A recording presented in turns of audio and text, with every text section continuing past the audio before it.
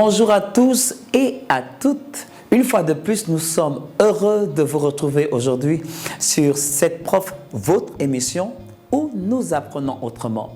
Aujourd'hui, il est peut-être important que l'on parle d'un tiret qui peut être pour nous insignifiant. Alors, allons-nous écrire peut-être de la même façon? C'est pourquoi la leçon du jour porte sur l'orthographe de peut-être avec un tiret et peut-être sans le tiret. Ces deux mots sont composés du verbe pouvoir conjugué à la troisième personne du singulier au présent de l'indicatif et le verbe être. Mais ils n'expriment pas la même réalité.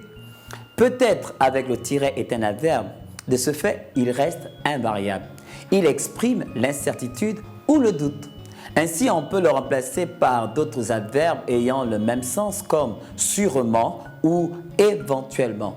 Exemple, il est peut-être soumis à un test d'évaluation. On pourra dire il est sûrement soumis à un test d'évaluation. Alors peut-être ici sera celui qui s'écrit avec le tiret.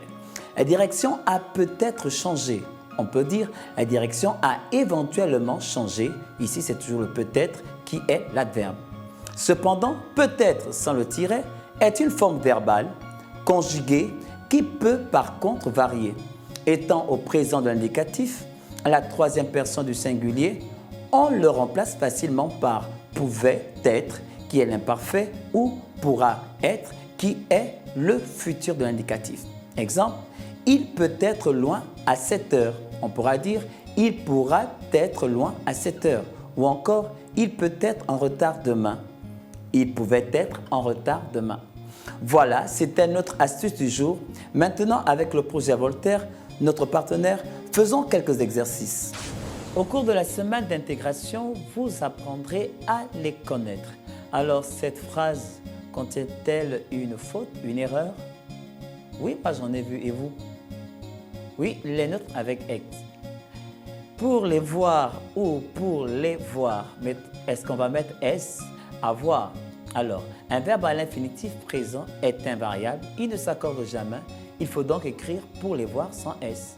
Exemple, pour les manger sans S, il faut d'abord les faire cuire. Donc, la phrase correcte sera « Au cours de la semaine d'intégration, vous apprendrez à les connaître sans S ».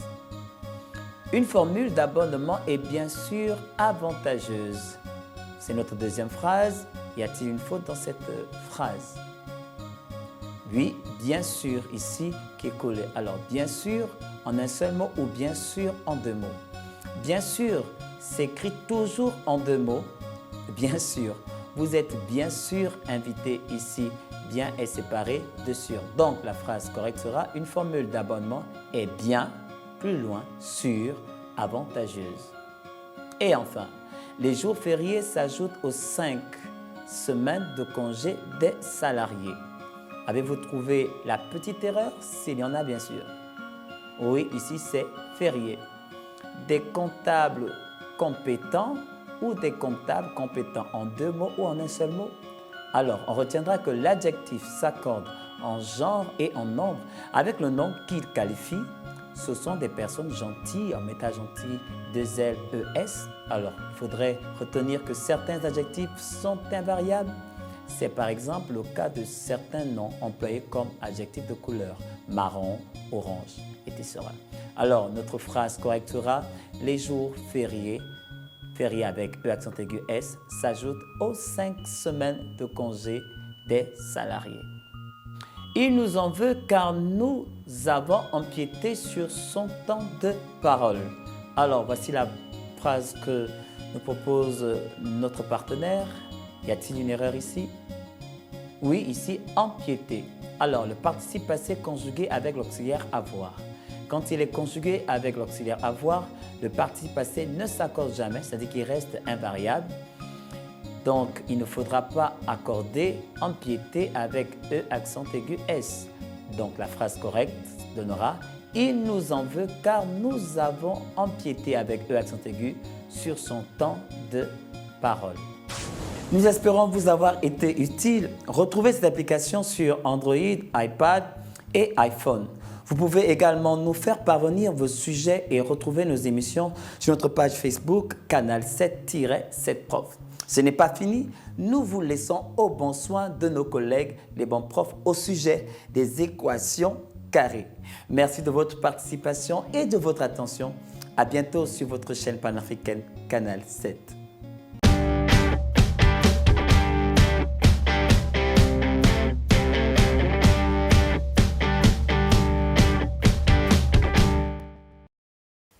Nouvelle équation en classe de 3e, l'équation carrée. Alors l'équation carrée, ce sont toutes les équations qui sont de la forme x au carré égale a un nombre donné. Alors ces équations se résolvent il y a 3 cas possibles, suivant que a, le nombre en question, est négatif, est égal à 0 ou est positif. Lorsque a est négatif, ça va être traité assez rapidement. Un carré, ça ne peut pas être négatif, donc dans ce cas-là, l'équation n'a pas de solution.